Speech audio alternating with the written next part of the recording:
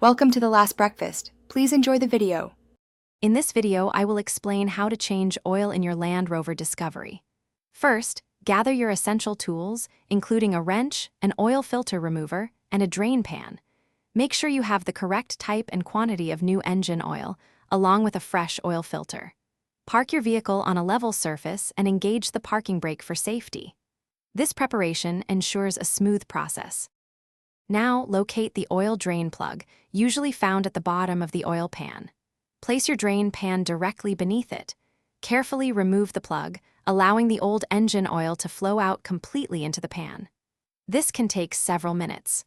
Once the oil has fully drained, replace the drain plug, ensuring you use a new washer for a proper seal.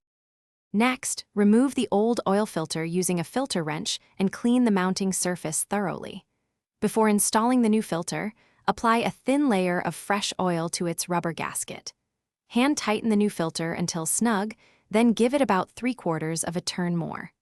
Finally, pour the specified amount of new engine oil into the engine's oil filler cap. After refilling, start your engine for about 30 seconds, then turn it off. Check for any leaks around the drain plug and the new oil filter.